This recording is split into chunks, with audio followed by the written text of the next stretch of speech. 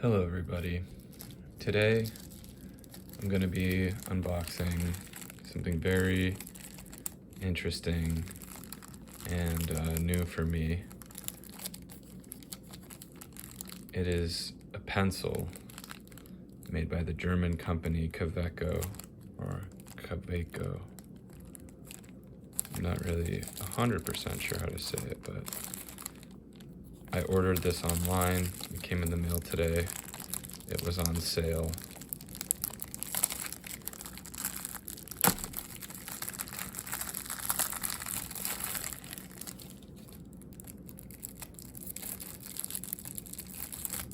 The first layer is just a bag. And this has a kind of a cellophane thing to it.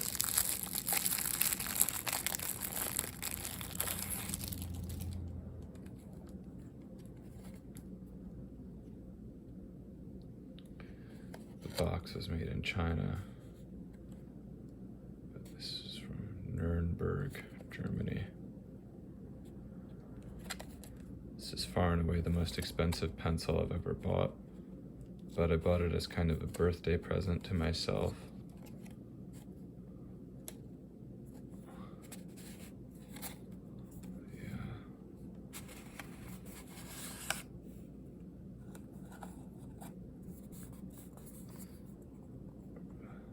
Comes in this tin. Right off the bat, the tin looks warped, damaged. Hopefully the pencil is not warped or damaged. But it's a very cool box. Tin.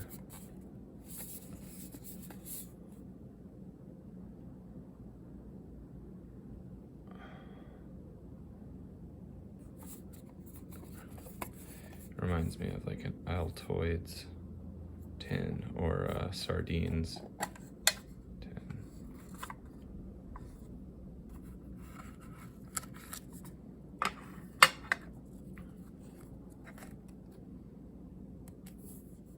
This is just a sticker.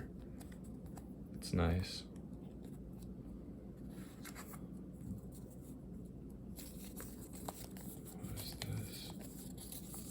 Timeline, history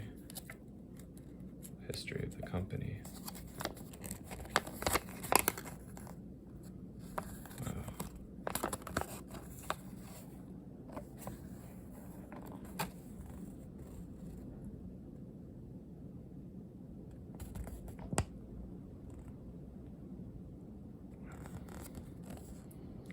So I think this is maybe a push pencil or a clutch pencil. I'm not really sure.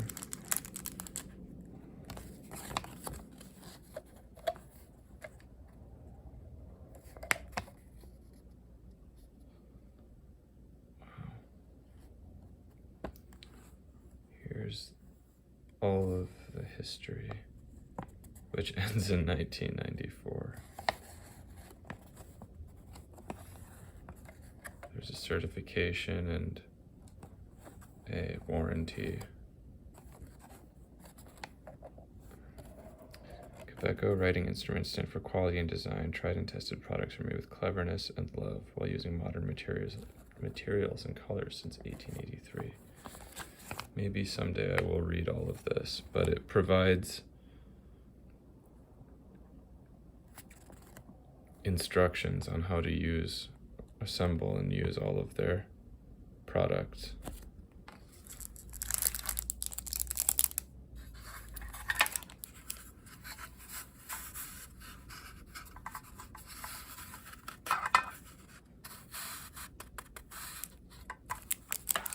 This is the product in question. Kaweco SketchUp.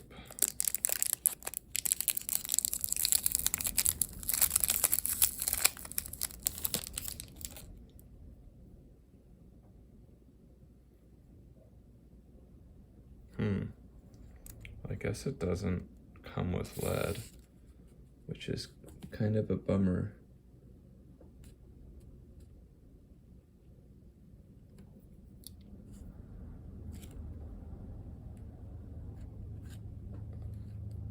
trying to read the instructions while oh wait, here we go. I think it does come with a lead. Look at that. Is that? Maybe I need to, it's in there. I should read the instructions. Okay. This looks like, I've never owned one of these before. So it's really, I bought it out of curiosity. I wanted something with a big, thick lead. So it's a clutch pencil, I think. Push the push button of the clutch pencil. Insert a new lead from below. Push. What? Oh, here we go. This is the one. Okay, but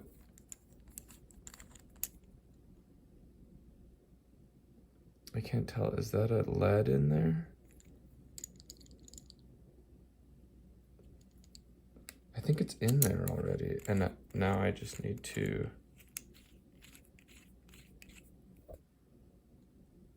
oh, I see. Okay, so I'm figuring this out. I think I need to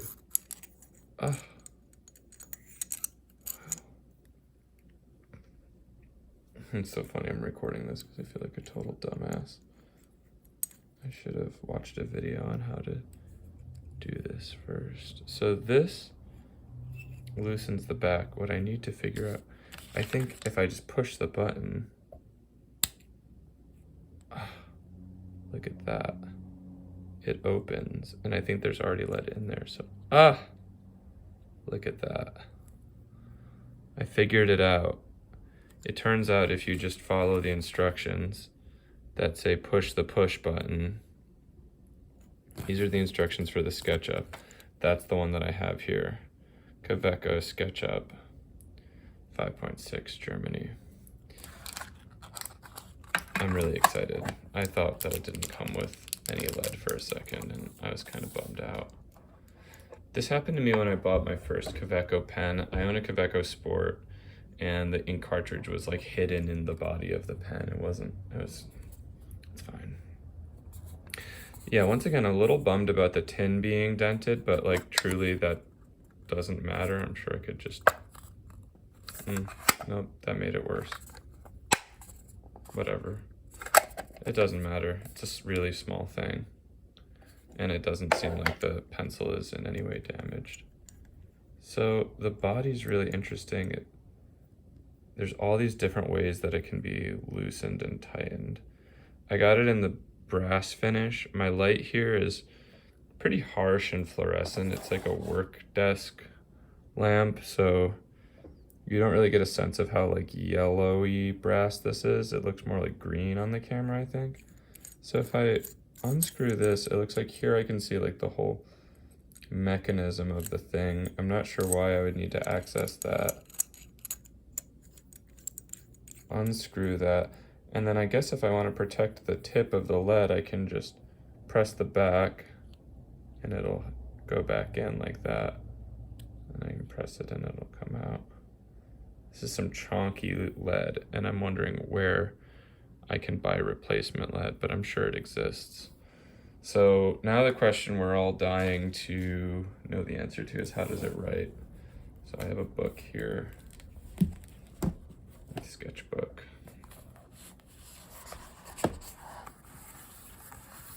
This is a, I don't even know how to say this. Lectrum, 1917. Lectrum.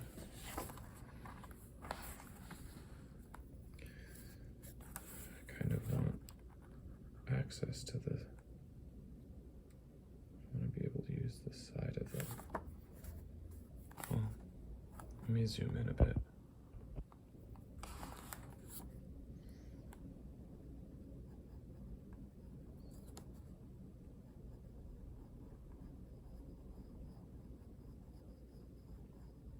The lead is really smooth.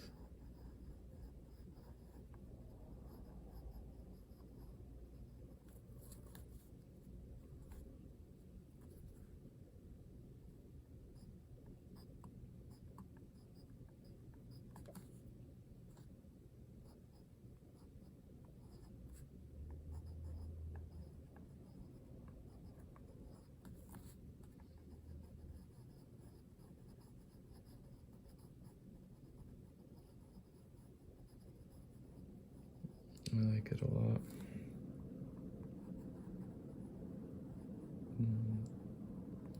I don't really think you'll be able to hear it on camera, but it makes like the subtlest little scratching sound.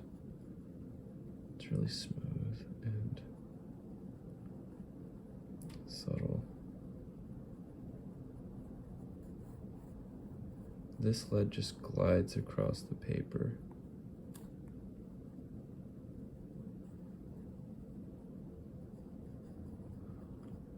The thing is, I like to draw a lot, and I just typically draw with fountain pens. And I was in a stationery store recently and saw one of these pencils, and I think I don't want to say I'm tired of fountain pens. It's just that I've been drawing with fountain pens for a couple of years now, going on like almost 4 years. I've been drawing with them almost exclusively, and I think I'm just excited about a change, you know? Not to say anything like I've mastered drawing with a fountain pen. I haven't. I have so much room for improvement, but it's not about getting good, it's just about being excited, if that makes sense. And yeah, something about drawing with a pencil really excites me, and something about drawing with a big chunky piece of graphite really excites me. And yeah, this is far and away the most expensive pencil I've ever bought. This typically retails for around $40, and I bought it for $26, so it's, you know, relatively affordable for an art supply, but expensive for a pencil. But it's so cool, and I haven't really even talked about, look, it feels really good in the hand. I'll zoom out a little bit. It's made out of brass, or at least the finish is brass. It's made out of metal, so it's got this nice, really nice solid weight to it. It fits really nicely in the hand. It's not a huge, it feels really well balanced, I guess is what I mean. Like, you can see if this pencil was, put it next to another pencil. Let's see if I can zoom out even more. I can't even fit this pencil on the screen, but if you were to put it next to this pencil, look at that. And then this is another fancy pencil. This is a Palomino Blackwing. It's a gift from my friend. So we put it next to these pencils, it's significantly shorter. But the thing is, if this pencil was as long, it would be so much of it would be sticking out of the top of my hand. So I really like that size. And I guess if I can just tuck the lead away, pressing this button, I can carry it around and not worry about the lead breaking too much. I don't know. Yeah, it feels like a really good tool, and it kind of reminds me of that feeling of like having like a nice pocket knife or something. It's just like heavy and in the hand, and it does what it's supposed to do. Not to be too stereotypical or whatever, but I feel like it's just a very German feeling object in terms of their engineering, etc. It's just like, it's bold, it's metal, it feels really well built, it's very intentional. There's, you know, it's beautiful, but it's not like extravagant. It's just like simple and streamlined, and I don't want to use the word perfect, but like it's perfect for what it is.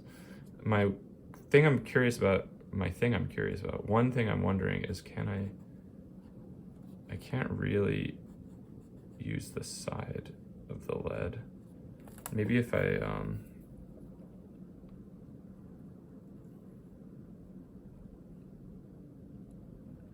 put it out a little bit more, then I can,